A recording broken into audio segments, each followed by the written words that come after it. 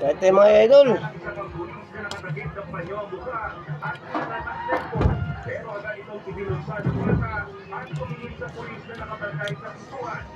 Itlog.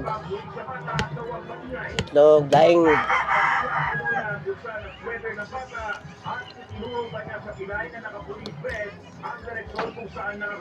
Samayo.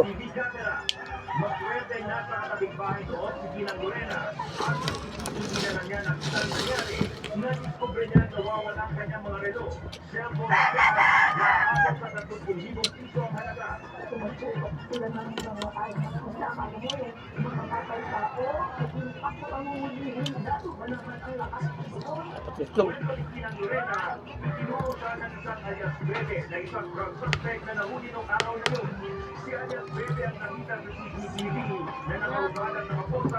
Bago pumasok ang mga pulis sa gate, kumbinsido ang hepe ng Border Police District at dalawang ng pulis na may regularidad sa ginagawang police operation. Kaya anak na inalis sa pwesto at May plan sa saging. Panghimagas. Kasama rin sa sinibakang team leader nila na si Senior Inspector Warren Peralta at Station Commander ng PCP4 na si Chief Inspector Timothy Anloy Jr.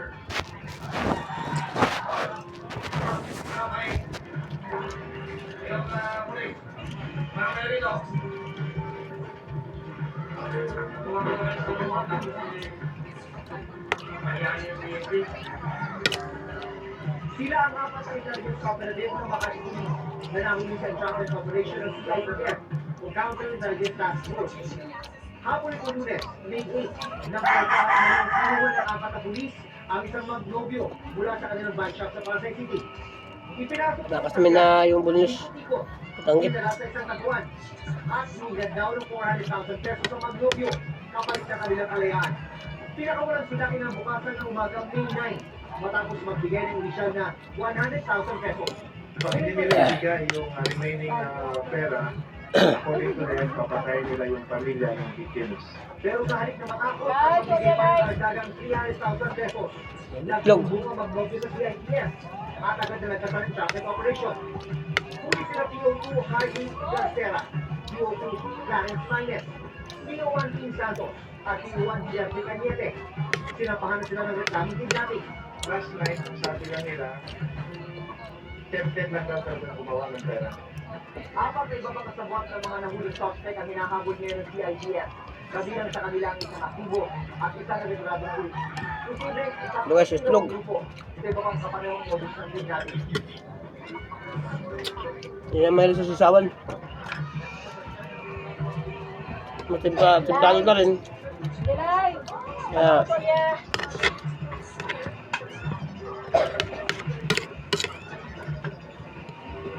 sabi lang din kasi, ano yan, bahay nila. Baya.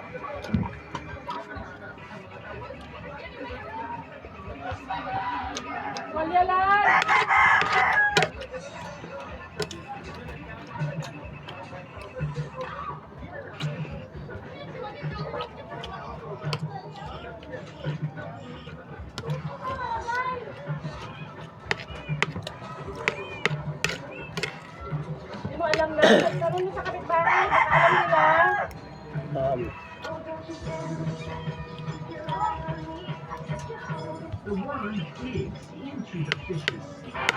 Biglang barilan sa tipo-tipo Ano siya? dahil sa rito o away ng mga angkan. Hinahanap kasi ng isang grupo ang nabalil umayon sa isang ilang anak sa lamitan.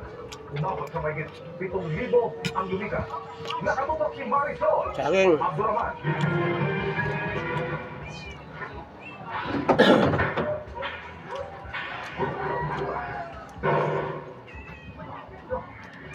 Umalingaw ang mga pulis Lakas. sa bahagi ito ng tipo-tipo basilan kaninang umaga.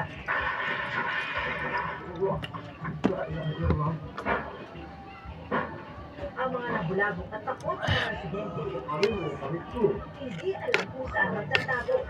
Taas na, matabig na. Matabig. Umalat ang balitang anesthesia ang bayan ng tipo-tipo.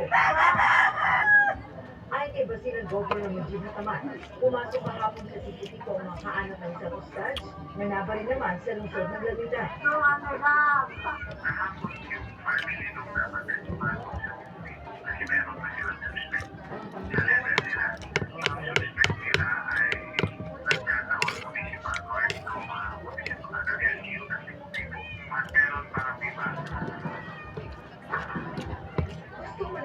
ito na una na isuko sa kanila ang suspect na ayon kay Hataman ay municipal Ito na mayo. Diputibo. Nagkaroon na Miss na miss. Pinaliwanag natin pa ang proseso. Una, suspect pa lang yun at ongoing investigation. Gusto nilang may aware na magkaroon ng justice doon sa kapatid nila. So, wala na siyang tinik ba? Hindi yung dahil dapat napagsuspensya nila. Ito sulunok lang. Pumuli na lang. Ito sa walang mga ngipin. Pero magbabayad pa rin kaninang umaga. So, nandun ang police, nandun ang military. So, intervene na huwag kayong mag-resort sa violence dahil nagpapalitan ng ulok ng baril. Dami itong ito, isang box ay, ano namin? 10 piraso. 100 pesos. Hindi nyo monitor ngayon. Kapag nakakabili pala, hindi masyado silang ano na. Kasi,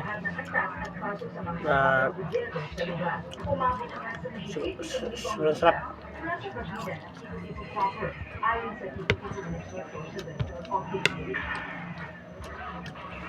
Kasi na, ano naman prior to the incident, kasi siyempre yung mga pumasok may kamag-anak dito, kasi kung ito proper sinaalis na nila. Saging. So, nalaman na rin lahat yung nangyarisan ng mga tao before the incident. Magas ba? Magas. Sa katawan. Strong. So clearly, this is a rito po. Yes, Vampire strong. even from the mouth of the governor. Is the military and the PNP now or Kung ito naman, ano ito, Yes, we are in full control. ano sa katawan. Sa isang pahayag, sinabi ni Hataman, na lumagdag sila sa joint statement agreement kasama ang AFP, PNP at mga lokal na leader ng MILF upang mapababang tensyon at mapalating ang kapayapaan. Sa gitna ng sitwasyon, humingi ng panginawa at pakikita si Governor Hataman sa mga kapatila para itapusin ang kapayapaan sa probinsya. Hanggang matay, sarado pa rin ang mga sundalo at pulis at kapatila. Hindi nalalala pa ang sitwasyon. Ang Office of the Presidential Advisor on Peace, Reconciliation and Unity o PAPRO nagpaabot ng